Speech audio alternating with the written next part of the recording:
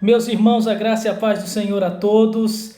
Vamos dar início a uma série de estudos sobre a oração, com base no livro do pastor R.C. Sproul, A Oração Muda Deus. Nós vamos caminhar, já que esse período exige de nós muita oração. Por isso é importante que compreendamos bem esse meio de graça.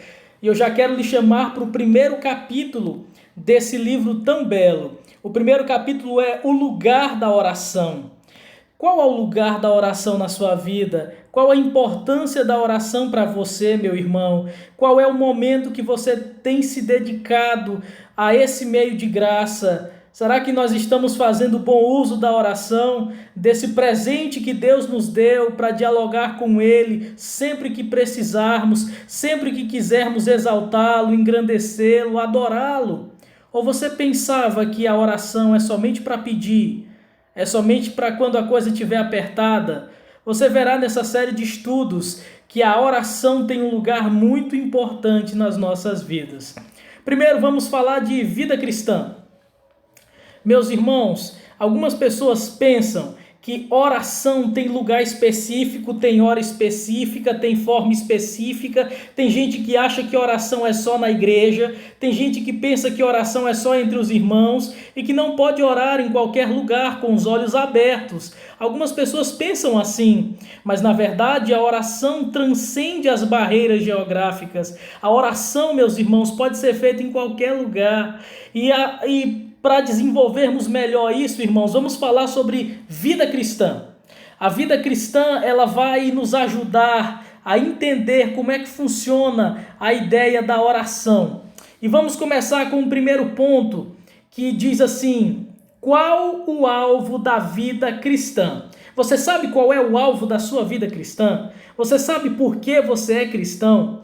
O primeiro ponto é a piedade, oriunda da obediência a Cristo. Irmãos, para podermos ter piedade, precisamos obedecer a Cristo por meio de motivações sinceras e bondosas do nosso coração. Piedade é justamente um ato bondoso desprendido de qualquer motivação pessoal que pense unicamente ou de forma egoísta em si mesmo. Ou seja, o objetivo da nossa vida cristã é desenvolvermos uma piedade com base na obediência a Cristo. Quando estamos obedecendo a Cristo, somos pessoas piedosas. E olha só, meus irmãos, o segundo ponto: o conhecimento é importante. Todavia, conhecimento sem vida de oração é pura vaidade. Para desenvolvermos uma vida com Deus, uma vida prática, uma vida piedosa, nós precisamos muito mais do que nos nutrir de vários conhecimentos, de vários assuntos sobre as Sagradas Escrituras, sobre Deus. Nós precisamos colocar em prática aquilo que aprendemos na palavra de Deus. Senão esse conhecimento, senão essa nossa fé será morta. Tiago até nos ensina que a fé sem obras é morta. Uma pessoa, um cristão que só enche a sua mente de conhecimento, mas que não pratica nada, esse cristão está negligenciando um momento prazeroso que seria praticar aquilo que a palavra de Deus nos diz. E uma das coisas que está na palavra de Deus é a oração. Não basta só saber o que é orar. Não basta só saber que Jesus orou, não basta só decorar a oração do Pai Nosso, é preciso colocar em prática, meus irmãos, a oração, é preciso dobrar os joelhos e orar. A oração é um ato piedoso, você pode ter certeza disso. O Espírito Santo, irmãos, ensina e ilumina a palavra de Deus para nós, produzindo assim piedade. Ou seja, o Espírito que habita em nossas vidas, na vida da igreja, esse Espírito nos ensina, ele nos ilumina, ele nos faz entender e perceber o quanto a oração é algo importante em nossas vidas, queridos. Meus amados, ainda, a oração tem lugar vital para a vida do cristão. A oração tem um local importantíssimo nas nossas vidas, meus irmãos. Alguém pode orar e não ser um cristão, mas é impossível ser cristão sem orar. Sabe por quê? Porque a oração é para o cristão o que a respiração é para uma pessoa. É vital, é fôlego de vida. A oração é importantíssima, meus irmãos, para o desenvolvimento da nossa vida cristã. Oração é relacionamento com Deus. Por isso, alguém pode orar de forma errada, orar sem ter motivações corretas, orar sem mesmo sequer ter sido convertido pelo Senhor. Essa pessoa pode pronunciar palavras a Deus, mas isso não é uma oração. Isso não é uma oração nos moldes da Bíblia. Somente os cristãos oram, porque somente os cristãos têm a iluminação do Espírito Santo, foram convertidos pelo poder e pela obra de Jesus Cristo e foram eleitos pelo Deus Todo-Poderoso. Queridos irmãos, o verdadeiro cristão ora. Aprenda essa lição. O verdadeiro cristão não abdica desse hábito. E mais, irmãos, Romanos 8,15 diz: porque não recebestes o espírito de escravidão, para outra vez estardes em temor, mas recebestes o espírito de adoção de filhos, pelo qual clamamos, Abba, Pai.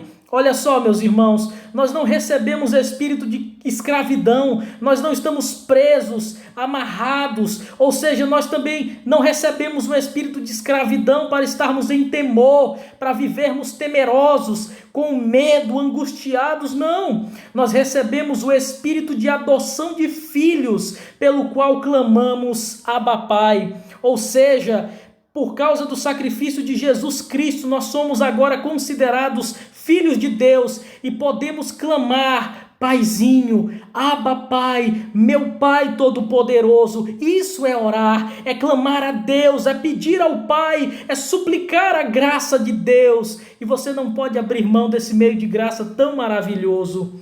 A oração é para o cristão, o que a respiração é para a vida, irmãos. Nenhum outro dever cristão, infelizmente, é tão negligenciado. Mesmo com tamanha importância que a oração tem, ela é muitas vezes negligenciada por nós. A prova disso, irmãos, é que muitos cristãos se abstêm da oração particular. O nosso tópico agora é: a oração particular dificilmente é feita por um motivo falso. Meus irmãos, podemos pregar por motivos falsos, nos envolvermos em atividades por motivos falsos, podemos ofertar por motivos falsos, podemos doar, fazer várias práticas cristãs com a motivação errada, mas é improvável que alguém mantenha uma vida de oração por motivos falsos. E sabe por quê? Porque a oração particular é feita entre você e Deus. Não vai ter ninguém lá para te aplaudir, para a gente aparecer, para a gente chamar atenção. Só Deus estará lá. Ou seja, uma pessoa que mantém uma vida de oração particular diária, essa pessoa improvavelmente, dificilmente, quase que impossível, vai poder ter motivos falsos no coração para orar. Sabe por quê? Porque na oração particular, somente Deus está lá. Nessa hora, o nosso orgulho cai, a nossa vaidade cai, e tudo que sobra é um coração dependente que clama, Abba, Pai, Paizinho, eu estou aqui. Meus irmãos, ainda, a oração particular é sinal de comunhão e dependência. As pessoas que oram em particular, queridos irmãos, as pessoas que oram sozinhas em seus quartos, em momentos de solitude, essas pessoas demonstram que têm comunhão com Deus e dependência. Quando não oramos em particular, irmãos, quando não consultamos o nosso Deus, nós estamos demonstrando, mesmo que não conscientemente, mas nós estamos demonstrando que não temos dependência com Deus e que não queremos comunhão com Ele. Basta você pensar na seguinte ilustração. Já pensou alguém que fala com você quando tem várias pessoas, mas que não conversa com você sozinho? Alguém que não gasta um segundo para te dar um oi quando você está passando na rua? Alguém que não fala com você em particular? Você acharia isso minimamente estranho, não é? Da mesma forma, quando nós não procuramos a Deus em particular, em nossas orações individuais, nós estamos demonstrando que não queremos nos relacionar com Ele, que não queremos intimidade com Ele, que não queremos que Ele participe de nossa vida. E muito pior do que isso, é que nós achamos que não dependemos dEle. Acordamos de manhã como se fôssemos donos de nossas próprias vidas, meus irmãos, mas na verdade, Deus é que é dono de nossas próprias vidas, e depender dele significa abrir os olhos e dizer: Deus Todo-Poderoso, hoje eu acordei e esse dia todo eu vou viver para o teu louvor e para a honra e glória do teu nome.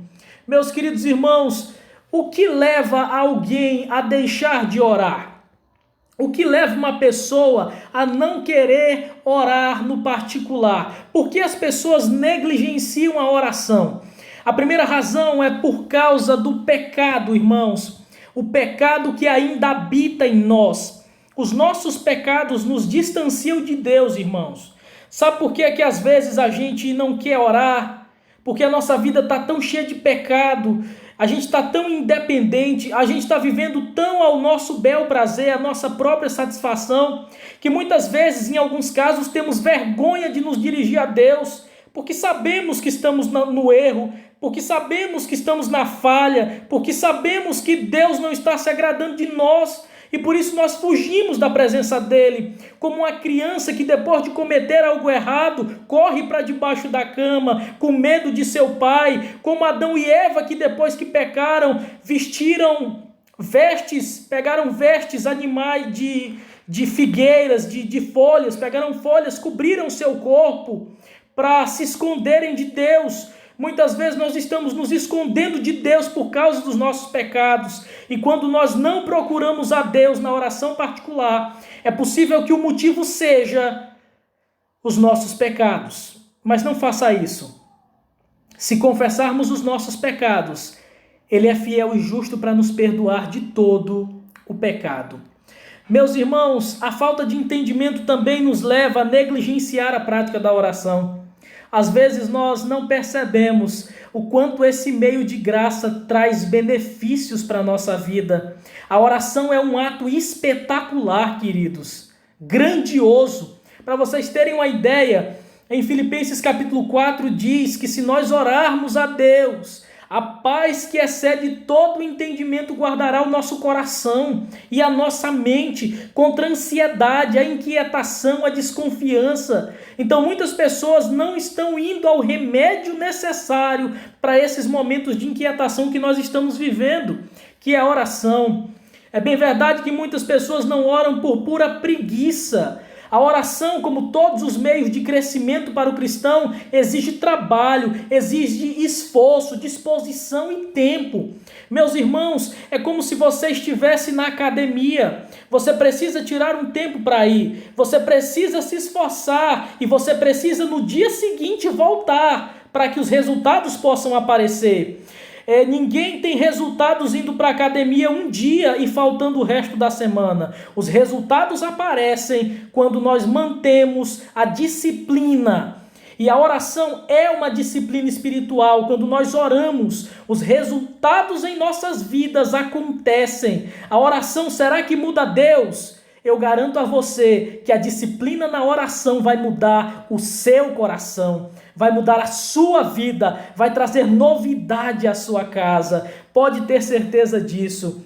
Meus irmãos, nós também negamos a prática da oração porque nós somos incapazes de orar adequadamente. Por isso o Espírito Santo intercede por nós, como está em Romanos 8, a partir do versículo 26. Olha só, Deus é tão maravilhoso que, sabendo que nós teríamos dificuldade de nos expressarmos com Ele, Ele envia o seu Santo Espírito para interceder por nós, para orar por nós também. Ou seja, à medida que você ora, o Espírito Santo pega essa sua oração e Ele leva essa oração para Deus, para o Santo Deus, com as melhores palavras, de um jeito mais compreensível, de um jeito que vai agradar mais o Senhor. O Espírito Santo intercede por nós, irmãos. Ele está junto de nós nesse momento da oração. Você não está só.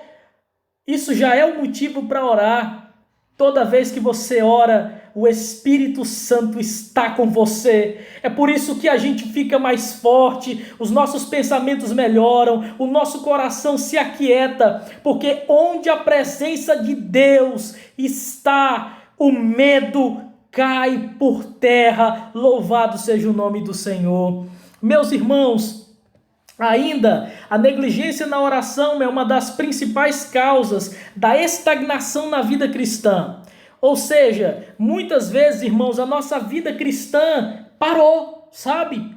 Parece que a gente não cresce mais, a gente não tem mais fome de Deus, a gente não tem mais prazer na comunhão. Sabe por quê? Porque deixamos de orar, irmãos.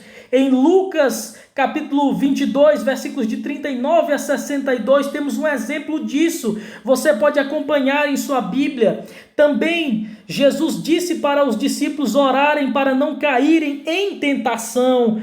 Também, irmãos, Pedro, como não orou particularmente, caiu em tentação. Ele teve medo e negou Jesus publicamente. Aqui nós temos, irmãos, 3 exemplos pelos quais nós podemos desenvolver a nossa vida de oração. Leia em casa, por favor, Lucas 22, versículos de 39 ao 62, viu? E aprendam com Jesus que é necessário orar para que não caiamos em tentação. Você sabe o que aconteceu com Pedro, né? Enquanto Jesus orava, ele dormia. E quando os soldados interrogaram ele sobre se ele conhecia Jesus, o que ele disse? Eu não conheço. Por quê? Porque o medo tomou a sua vida. Não caia nessa, irmãos. Ore para que você não caia em tentação. Queridos, além disso, nós muitas vezes negligenciamos o tempo de oração.